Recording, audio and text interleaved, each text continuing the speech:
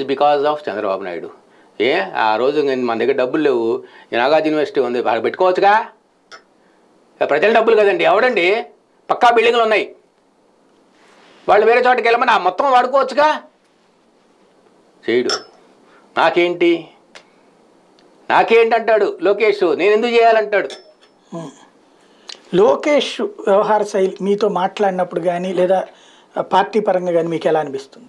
లోకేష్ వ్యవహారం చెప్పాలంటే అసలుకి ఆయన చేస్తున్న రాజకీయ పార్టీగా జనరల్ సెక్రటరీ నేషనల్ వాళ్ళ పోస్ట్ ఉంది, జాతీయ ప్రధాన కార్యదర్శి. నేను కార్యకర్తలని చూసుకుంటాను, కార్యకర్తల సంక్షేమం నేను వాళ్ళని కాపాడతాను అని పెద్ద పెద్ద మాటలు మాట్లాడాడు.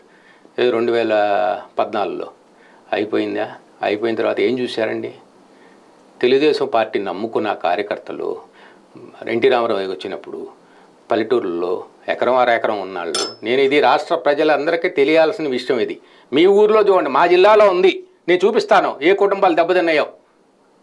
ఆ రోజుల్లో చాలా తక్కువగా 50 లక్షలు అమ్ముకున్నారు. అమ్ముకొని పార్టీ కోసం జెండా ఎన్టీ రామారావు కోసం చేశారు. తర్వాత అదే కంటిన్యూ అవుతుంది, వాళ్ళు వేరే పార్టీకి వెళ్ళలేరు. వాళ్ళ పిల్లలకి ఎడ్యుకేషన్ కోసం జెండా మోసిన వాళ్ళ పిల్లల ఎడ్యుకేషన్ కోసం ఎన్టీ